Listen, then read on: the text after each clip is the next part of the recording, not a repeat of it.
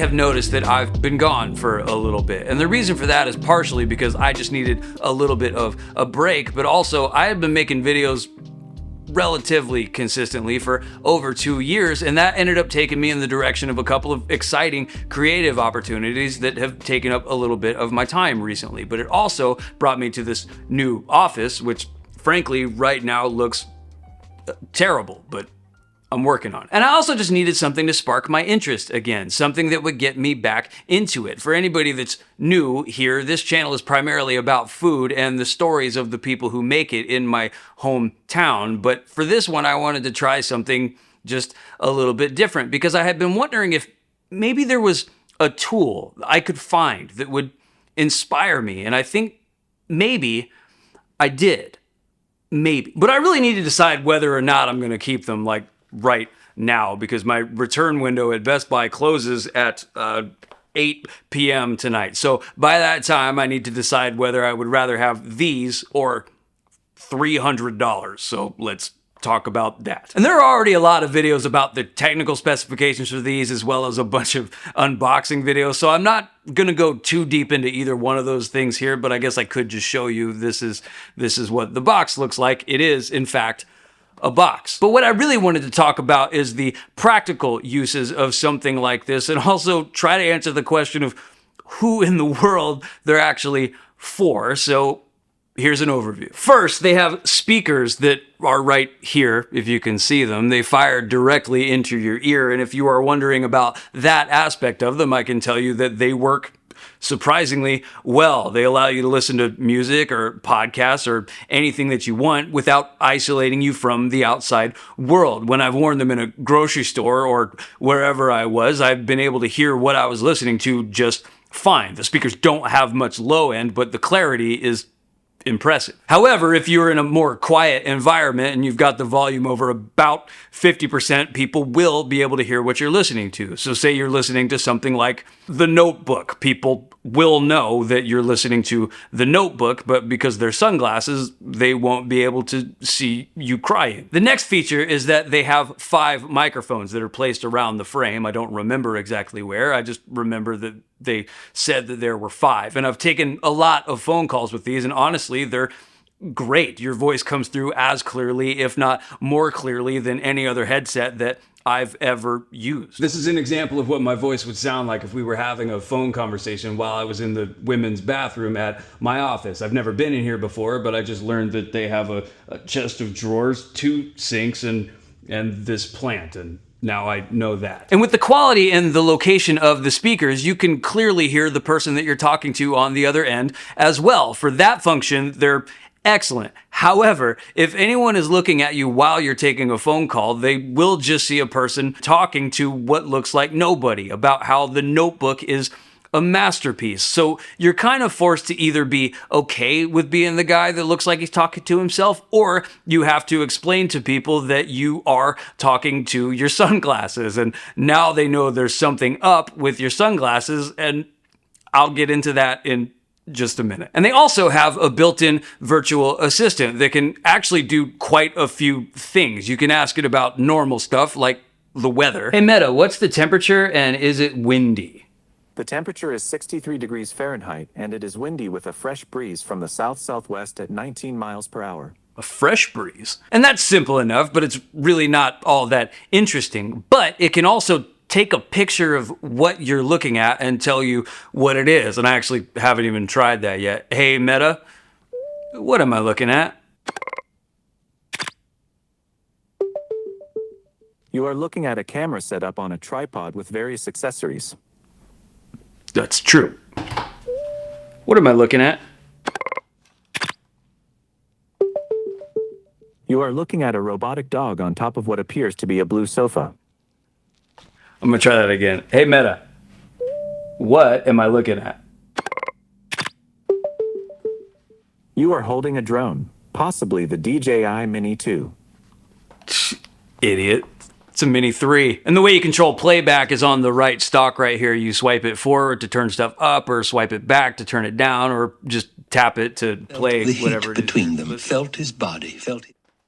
And it's probably obvious that the thing that appeals to me the most about these as a person who makes videos of things is that there is a camera in here. It captures 1440 by 1920 video, which is actually fairly decent in good lighting, but it's only vertical. It also captures fairly decent images, again in good lighting, and again only in a vertical aspect ratio, which, when you think about it, is understandable because they are made by Meta. They want you to be making reels with these. They want you to be doing Instagram live streams with these, and they might be great for those things, but it is limiting. And practically that's about it. So if that's what they do, you might be thinking that your phone already does all of that, and you'd be right. It does. It does literally all of it, and it does it better. It has a better camera. It has a better assistant. It cannot shield your eyes from the sun while still allowing you to see, but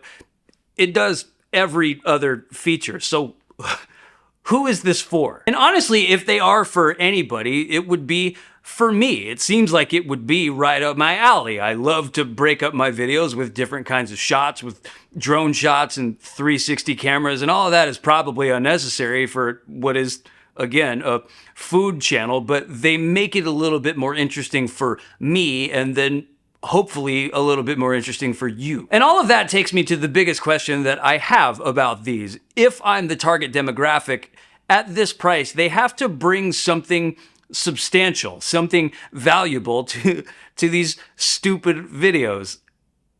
And I don't know if they can.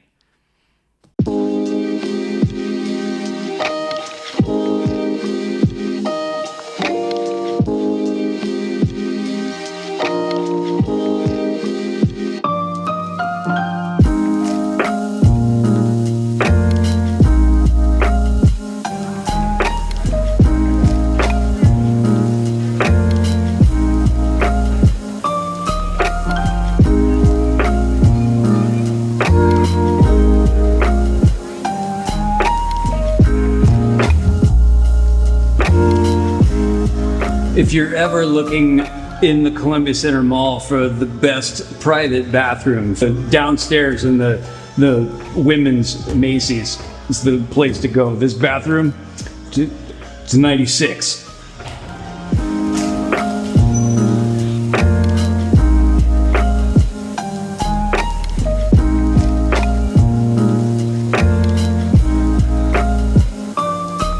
My wife told me she wanted me to smell this candle. She said it's supposed to smell like, what did she say? It's supposed to smell like Disney. Wow, it actually kind of does. It smells a little bit like a churro. It smells a little bit like sunscreen, and a little bit like a growing resentment for your loved ones.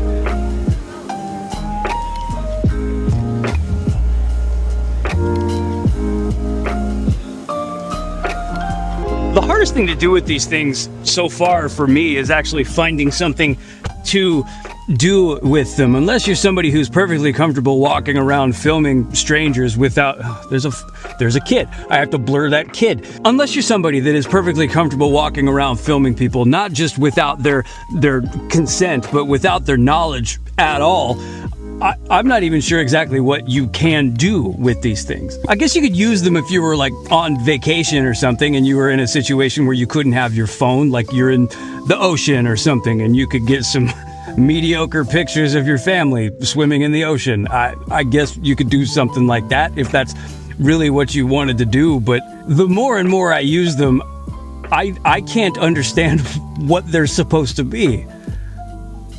I want to like them. I want to like them. I guess if my ultimate question is who these are for, and if they are for me, after 2 weeks, I'm still not totally sure that I have the answer. The image quality is fine. The audio quality is fine. Everything they do is just fine. They deliver on everything that they promise, but they don't do any one thing exceptionally well. What they really are is objectively cool. So what are the downsides? First of all, like I said, and like you saw, they only shoot vertical. And again, that makes sense. They want people to be shooting reels with them. They want people to be doing live streams with them. And they do that quite well as long as you want to shoot short form content and you don't need to think about things like framing or composition. In those cases, sure, I can see it.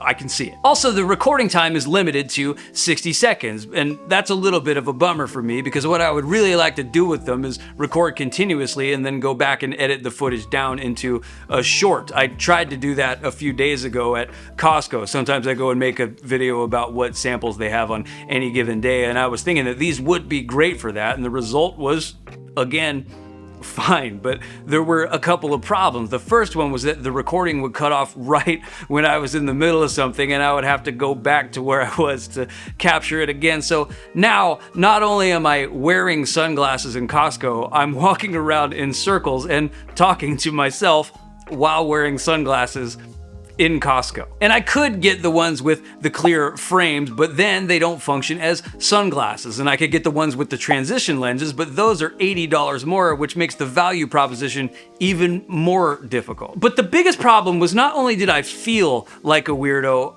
I was a weirdo. While I was editing that video, it just felt odd to show these people's faces, people that were completely unaware that they were on camera at all. So I just went through and blurred every face that I could. And the possibility is probably remote, but I just kept thinking, what if this lady is in the witness protection program? And I outed her location because the leader of whatever crime syndicate she's running from just loved a video I made about a spicy beef and cheddar. And he started watching all of my videos and he found this woman and her family. And I mean, thanks for the support, man, but that lady's just trying to live her life. And at the end of the day, you're wearing Facebook on your face. There's really no two ways about that. So you're not just volunteering yourself to Mark Zuckerberg, you're volunteering everybody around you to Mark Zuckerberg as well, because the real thing that these glasses do, the absolute best, is allow you to film in public places as discreetly